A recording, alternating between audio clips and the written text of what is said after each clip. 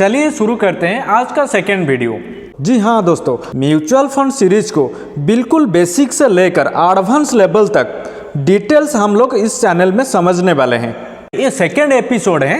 किसी भी paid series से भी आपको काफी ज्यादा मजा आने वाला है इस सीरीज में। पहला एपिसोड अगर आप नहीं देखे होंगे तो आपके रेफरेंस के लिए उसका लिंक मैं ऊपर आई बटन में दे दूंगा। चलिए शुरू करते हैं आज का म्यूचुअल फंड का ये वीडियो। म्यूचुअल फंड इन्वेस्ट करने के लिए आपके पास नॉलेज होना बहुत जरूरी है, क्योंकि आज का डेट में इंडिया में 2500 से ज्यादा म्यूचुअल फंड अवेलेबल है। बहुत सारे अलग अलग कंपनी म्यूचुअल फंड प्रोवाइड कर रहा है। तो अगर आप किसी गलत म्यूचुअल फंड को अगर चूज कर लिए, लेने की देने पड़ जाएगा। अगर आपको सही म्यूचुअल फंड चूज करना है तो आप आज का वीडियो को पूरा ध्यान से देखना। जैसे आपको स्टॉक मार्केट का अगर कुछ नॉलेज नहीं है, आप स्टॉक में इन्वेस्ट नहीं कर सकते हो। लेकिन इसी केस में अगर म्यूचुअल फंड में आप इन्वेस्ट करते हो, वहां पर फंड मैनेजर रहते हैं जिन्हें कई सालों का एक्सपीरियंस उन लोगों के पास होता है, आपके पैसा को मैनेज करते हैं। जैसे आपका रिस्क काफी ज्यादा कम हो जाता है। और ये जो फंड मैनेजर होता है टाइम टू टाइम स्टॉक को एनालाइज करते हैं, उसमें जो खराब परफॉर्मेंस करने वाले जो स्टॉक होता है उसको रिप्लेस करके कहीं और जो अच्छा स्टॉक परफॉर्म करता है उसको ऐड करते हैं। आपको स्टॉक का टेंशन लेने का कोई जरूरत नहीं पड़ता है। दूसरे साइड में अगर देखेंगे तो आपके पास एक लिमिटेड टाइम है, लिमिटेड मनी है और लिमिटेड नॉलेज है। हर सेक्टर के बारे में तो आप डिटेल्स नॉलेज तो नहीं रख सकते हैं। ये जो म्यूचुअल फंड कंपनी लोग हैं, उन लोग का काम ऐसा है, ये लोग अच्छे से मार्केट को एनालिसिस करके और उसके बाद आपका जो पैसा रहता है उसको डाइवर्सिफाई करते हैं। इससे आप मिनिमम रिस्क लेकर मैक्सिमम रिटर्न कमा सकते हैं। तीसरा, अगर आपके पास ज़्यादा पैसा नहीं है तब भी आप म्यूचुअल फंड में इन्वेस्ट कर सकते हो। आप 500 रुपया से भी इन्वेस्टमेंट शुरू कर सकते हो। और इसके साथ म्यूचुअल फंड के थ्रू में एक पर्टिकुलर सेक्टर में भी आप चाहें तो इन्वेस्ट कर सकते हो। ये बहुत सारे फायदे हैं म्यूचुअल फंड का। ये सब फायदा आप तभी मिलेगा अगर आप सही म्यूचुअल फंड को फाइंड कर पाए। तो अगर आप कहीं गलत स्कीम को चूज कर लिए तो ये सब आपका अगेंस्ट में भी काम कर सकता है। तो इससे पहले हम समझते हैं ये म्यूचुअल फंड क्या होता है। इसका नाम पे ऐसा समझ में आ जाता है, ये एक ऐसा फंड है जैसे कि आप और हम जो इन्वेस्ट करते हैं, जो एक एसेट मैनेजमेंट कंपनी को देते हैं। एसेट मैनेजमेंट कंपनी इसके बदले म्यूचुअल फंड का यूनिट आपको मिल जाता है। वो जहाँ पर इन्वेस्ट किए हैं, अगर वो अच्छा परफॉर्म करता है, जो म्यूचुअल फंड का यूनिट आपको मिलता है उसका वैल्यू भी बढ़ता है और उससे आपको प्रॉफिट होता है। सिंपल लैंग्वेज में म्यूचुअल फंड यही होता है। अगर म्यूचुअल फंड टाइप अगर देखेंगे, सिंपली म्यूचुअल फंड 5 टाइप का होता है।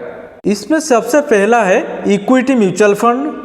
इसका नाम पे समझ में आ रहा है कि एक ऐसा होता है, इक्विटी यानी कंपनी का स्टॉक में इन्वेस्ट होता है। इक्विटी म्यूचुअल फंड में आपका सारे पैसा इक्विटी में इन्वेस्ट किया जाता है।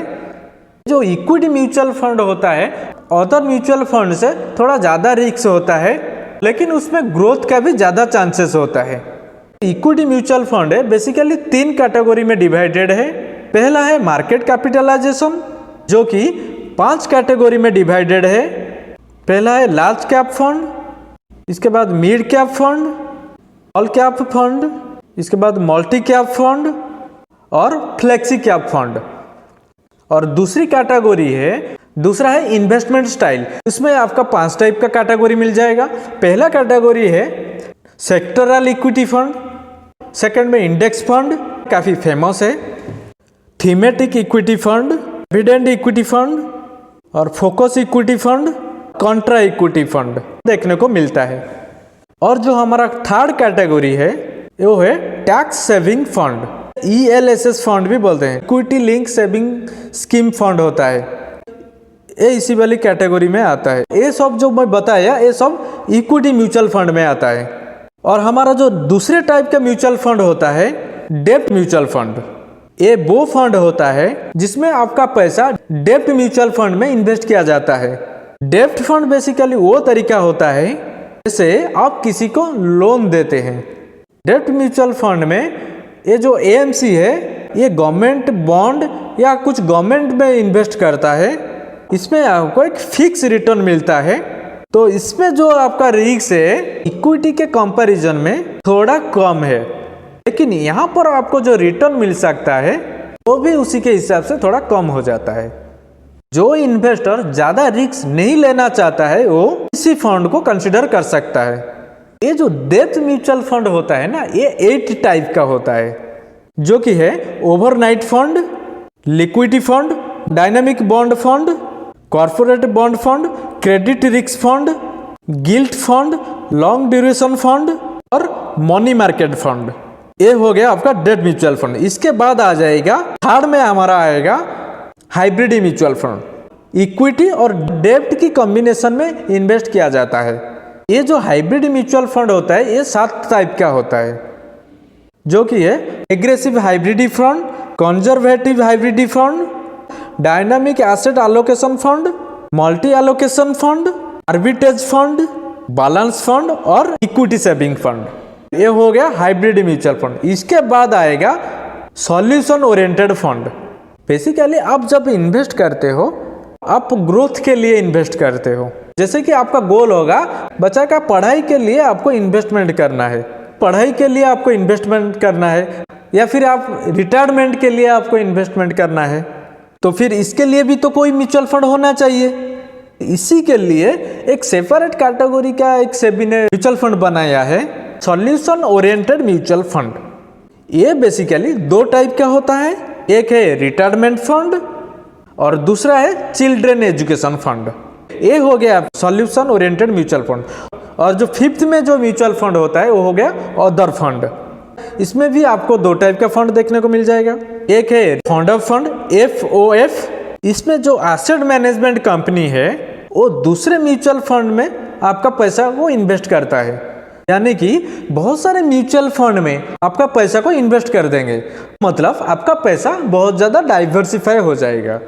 इसी FOF फंड में आपको 5 टाइप का फंड देखने को मिल जाएगा, जो कि है asset allocation FOF, gold FOF, international FOF, multi manager FOF और एक्सचेंज ट्रेडेड FOF।